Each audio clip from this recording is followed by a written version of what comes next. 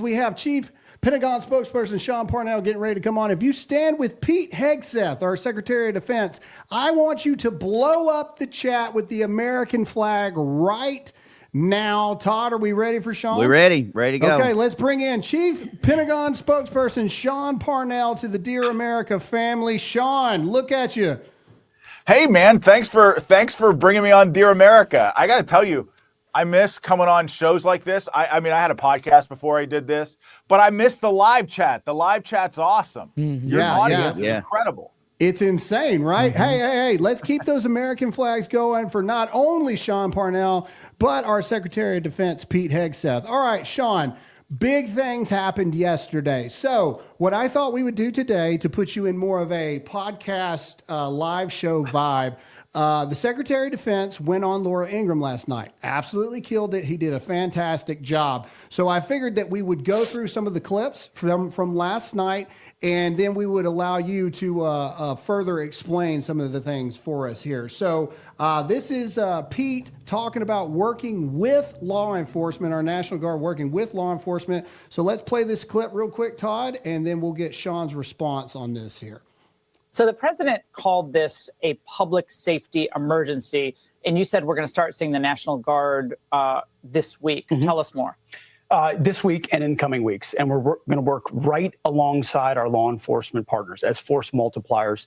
This is what the American people voted for, Laura. This is what the common sense, clarity, strength. I hadn't heard that story from President Trump before, the story he told about his father, that he told him, hey, son, if you look at the front door of a restaurant and it's dirty, then I bet the kitchen, you can count on the fact that the kitchen is too. And I sat there thinking that's exactly right. If our capital city is a mess, if we can't control our capital city, then what does the rest of the country look like? And what signals does the rest of the country take from that? So just like we did in Los Angeles, alongside our federal law, we took a lot of criticism for 4,000 troops, 700 Marines. You know what we didn't get? There was no summer of love in 2020. In 2025, there was a summer of law enforcement. And we quelled the protests of the attacks on ICE officers. We're going to help get D.C. under control by working with local officials who have been federalized, with federal officials who are coming in. The D.C. Guard's proud to be a part of it. Other states will contribute this week going into the weeks to come. Whatever's needed, the DoD will provide to make sure this is a safe city. All right, let's pause for those who live here. All right, Sean. Okay, so a lot of good things there. You obviously heard the Secretary of Defense talking about the fact that the National Guard is going to be working alongside our law enforcement. So there's a lot of people out there, and by a lot of people, I mean people that are being fed lies by the mainstream media that just believe that martial law has been declared and people are going to get National Guardsmen kicking in doors to their homes. So what does the Secretary mean when he says that the National Guard is going to be working alongside our law enforcement? Well, I mean, what we say in the military is that our National Guard will be combat multipliers. In other words, they'll be able to enhance law enforcement capabilities by just being present in the nation's capital. You know, one of the most remarkable things about President Trump, going all the way back to 2016, and now Secretary Hegseth here at the DoD, are their ability to trigger the media to take these unbelievably insane stances. And you talked about the lies of the mainstream media. The media has now taken the position that they're essentially advocating for crime in D.C. Like somehow they're against the National Guard coming in here into Washington, D.C., cleaning up the place and keeping the peace. It's baffling to me, but here we are. I mean, you saw the effectiveness of the National Guard and actually the Marine Corps in LA when they quelled the protests. And you heard the Secretary talk about the Summer of Love. Do you remember what I mean, I know I don't have to tell any of you this, but the Summer of Love in DC, where they surrounded the White House, laid siege to the White House. They battered, bloodied, and injured over 40 uniformed Secret Service agents. They tried to burn down St. John's Church. I mean, the American people deserve better than that. And it's okay to want low crime. It's common sense. DC is one of the most dangerous cities in the entire country. So it makes perfect sense for the president to say enough is enough. And that's exactly what he's doing. And that's what we're doing here at the DoD in supporting him. Yeah, I love what the secretary said, and he was quoting the president, but basically, like, you know, if the front of the house is dirty, then what do you think the back of the house is like? And so if our nation's capital is filthy, if it's overrun by crime, thugs, and homelessness, if it just has a general sense of you're not safe to walk down this road or you're not safe to go here, then it sends a signal for the rest of the country. Let me ask Graham, you. there's a social contract between the American people and the federal government. And one of the principles, one of the primary pillars of that social contract is that federal government will keep us safe. In DC, there was like, I think last year, there were over 270 murders in DC. The place is one of the most dangerous cities in the country. Everybody knows it, including Democrats. They know it as well. But what I love and appreciate about President Trump and Secretary Hegseth is they tell it exactly like it is. It's a common sense position to want to bring peace and stability to our nation's capital. And again, the left and many in the mainstream media are opposed to it. And it just tells you everything you need to know about them. Yeah, I think it's interesting to me. Anyone that takes the position, I don't want to get you in a spot here, so I'll say this. I think it's interesting to me. Anyone that takes the position in the side of the criminals, like I think there's something wrong with that, and I think that there's a big issue with that, and that goes with the media. I have a big problem with the media. I know you have to work with the media every day, so again, I'll keep you Switzerland in this one, but I have a problem with the media saying things like this is the intention of President Trump and Secretary of Defense Pete Hegseth, that they want to establish this military law of the land and they want to take over. It's the most ridiculous. I mean, it's a tale as old as time with the left and what Democrats in Congress do. This is a president that won in an historic landslide. He won every single swing state. He crushed Kamala Harris in the Electoral College. He won the popular vote. That is the essence of a constitutional republic in action. What President Trump is doing right now, Graham, is not some martial law authoritarian dictatorship. He's giving power back to the people. He's fulfilling a mandate given to him and bestowed upon him from the American people to secure our country, defend the homeland, and keep them safe. Period. Full stop. And the left just can't wrap their minds around that concept. And it's one of the reasons why I think that, taking my Pentagon hat off here for a second, but it's one of the reasons why I think the Democrat Party is at their weakest point in my lifetime. Like they are leaderless, they are directionless, they are taking insane positions on 80-20 issues, and that's why their approval rate is like 20%. Because when you take the 20% position on 80-20 issues, eventually your approval rate as a party is going to be about 20%. Yeah, and can we act like this is not a new? The president and Pete, they haven't reinvented the wheel. It's not like activating the Guard for stuff like this is a new thing. Like my time in the Guard, I think I did it like 3 times. I think that the active duty Army was even called up during Katrina to stop rioting. Like, let's not act like this is something new. Like, all right. Well, let's hear what else the Secretary of Defense has to say. This is Secretary of Defense on actually deploying the National Guard. Again, this is on Laura Ingraham. Let's hear what the Secretary of Defense has to say. National Guard be detaining Americans on American soil? Under Title 32, which is the authorization they'll be using, they have broad latitude, but they're not going to be involved in law enforcement functions.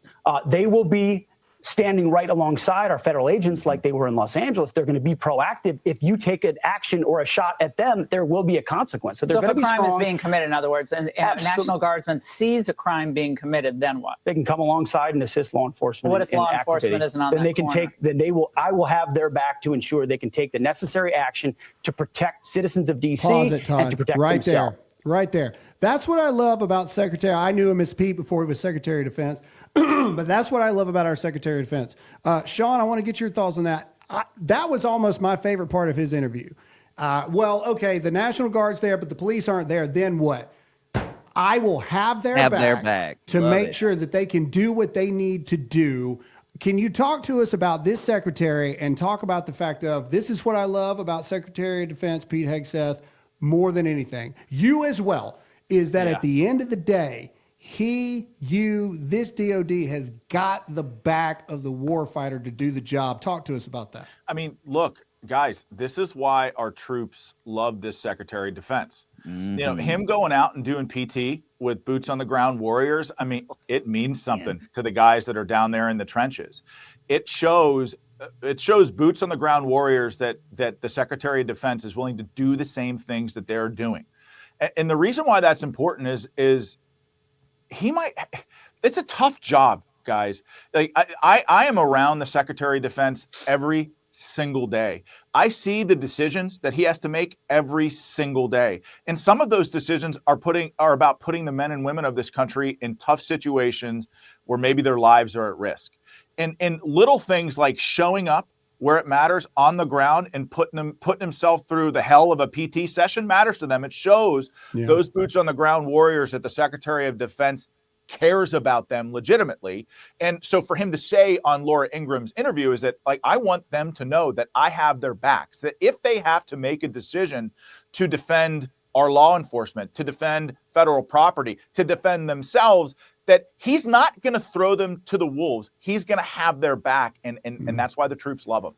Yeah, well, that goes back to not having a 3- and 4-star general come in as the SecDef, and you got somebody that was actually boots on the ground as a commander in the. I appreciate that stuff. Listen, that sentiment, I very much appreciate that sentiment. Because much was made about the fact that, the Secretary of Defense was just a National Guard major, just so happened to serve in Afghanistan, to serve in Iraq, to serve in Guantanamo Bay, all fronts of the war on terror over the last 20 years. Secretary HEGSETH was a part of, and you look at some of the operations like Operation Rough Rider, clearly defined mission, end state. You look at Operation Midnight Hammer, clearly defined mission, Iran's nuclear facilities completely obliterated, in end state. It turns out maybe a field grade officer with 100%. Combat experience on all 3 battlefields might know what the hell he's doing. No. We need to I want to go to Todd. I want to go to the cartels clip. So it's not the DC mayor. Let's skip over that. I want to go straight to the discussion about the cartels. Laura Ingraham asked the secretary basically like, hey, are the cartels not going to pick up and move on? This is his response. And then Sean, I want to get your response on this. Here we go. But are you worried that now the cartels are just moving everything around, that they know that there's a target on their back? They're just like hiding everything, however they do that? We're watching. We know a little bit more than they think we might know about them. We spent a lot of attention watching them. We're focused on this. It's a presidential priority. It's our priority. We're working with federal partners to identify that all across the Western Hemisphere.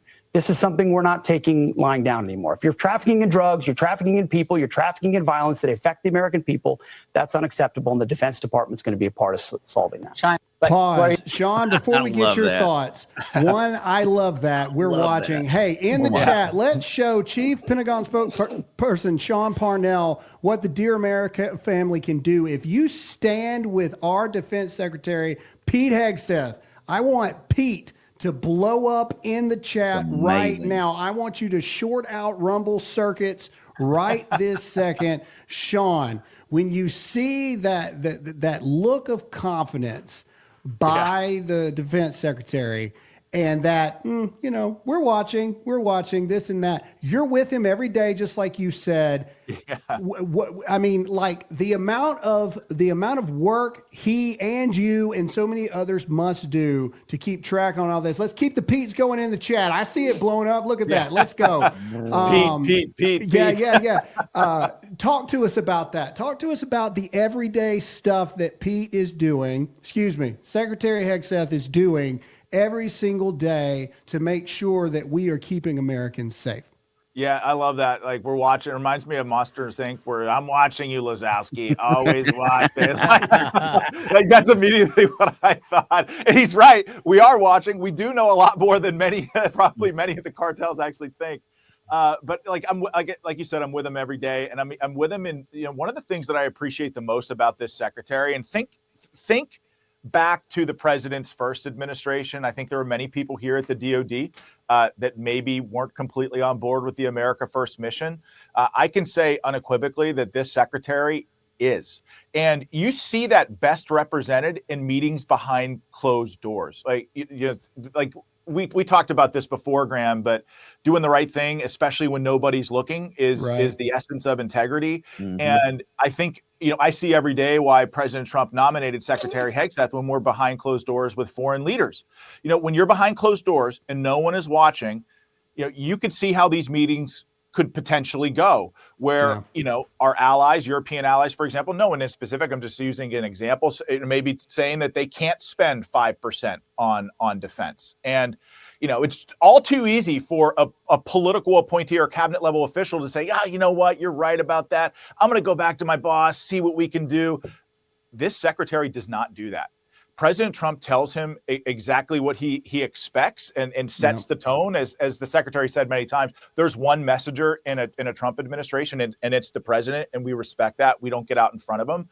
But he adheres to what the president says behind closed doors in these meetings. And I got to tell you, I have a lot of respect for that.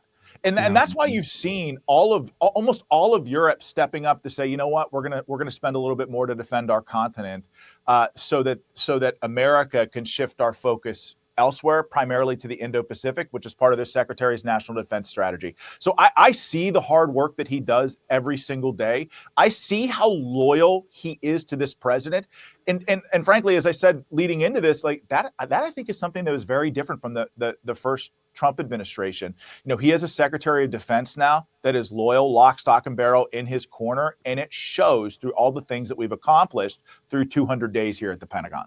Yeah, I'm glad you brought that up. I know your time is short, and we appreciate you coming on here and spending this amount of time with us. It's not lost on me. That doesn't happen for very many people. So thank you for that. You're welcome.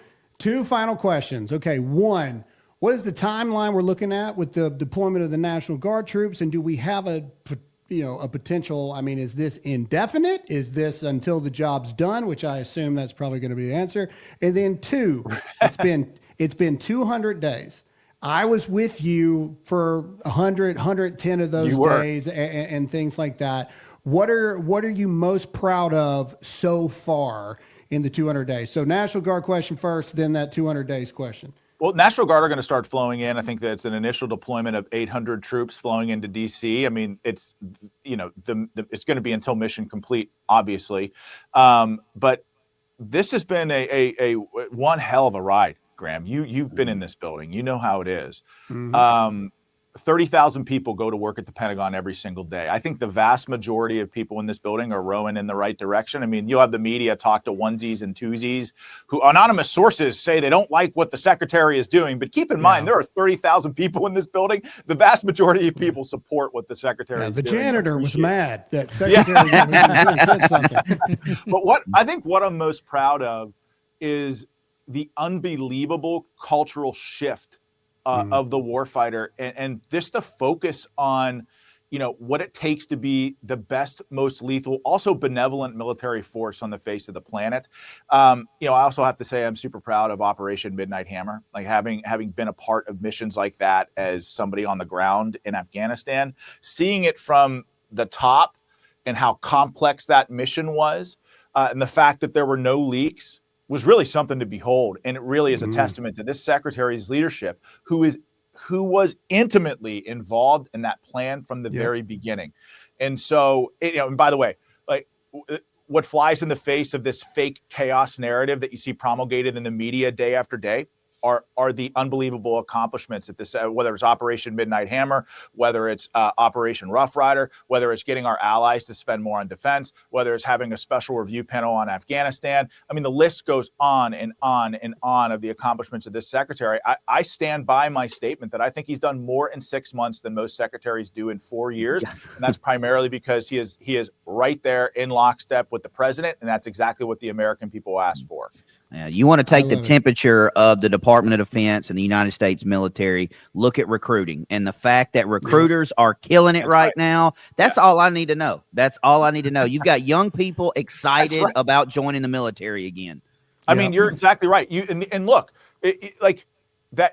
I'm so glad that you brought that up, because these kids are now saying that, hey, I want to serve under this president, I want to serve under this secretary, and then they are going to their recruiter, they are raising their right hand, and they are volunteering to serve this country, knowing that it could come, it will come at great personal sacrifice. I mean, you and I both know, Graham, and anybody else who served this country, you ain't getting rich serving in the military. So you're putting your country before making money, and ultimately it could lead to the ultimate sacrifice. And every one of these American kids are the best of us because they know that going in, yet they're volunteer to serve anyway. Well, Sean, you are definitely one of those best of us. You literally have a Purple Heart right there on your on your jacket. Ladies and My gentlemen, enemy marksmanship badge. This just means I was in the wrong place at the wrong time. I've been in the wrong place at the wrong time many times in my life, including on the battlefield. Well, only a Purple Heart recipient can say it like that. Either way, Sean, thank you so much for spending the time with us to talk this out with us, for giving our audience an even more in-depth transparency. One thing we love about the DoD, one thing we talked about from day one. Man, you're killing it. You're doing an amazing job. Pete's doing an amazing job. Everybody there in the public affairs office is doing an amazing job. Ladies and gentlemen, let's get some American flags blowing up for Chief Pentagon Spokesperson Sean Parnell, our Defense Secretary Pete Hegseth, and our Commander-in-Chief Donald Trump. Let's get some American flags going. Sean, I appreciate it. I know that you got a meeting. 2 minutes to spare. Look at us go. Look at us go. All right. Thank you, my friend. We'll talk soon. All right. Thanks for coming see you on. guys. Thanks for having me. All right.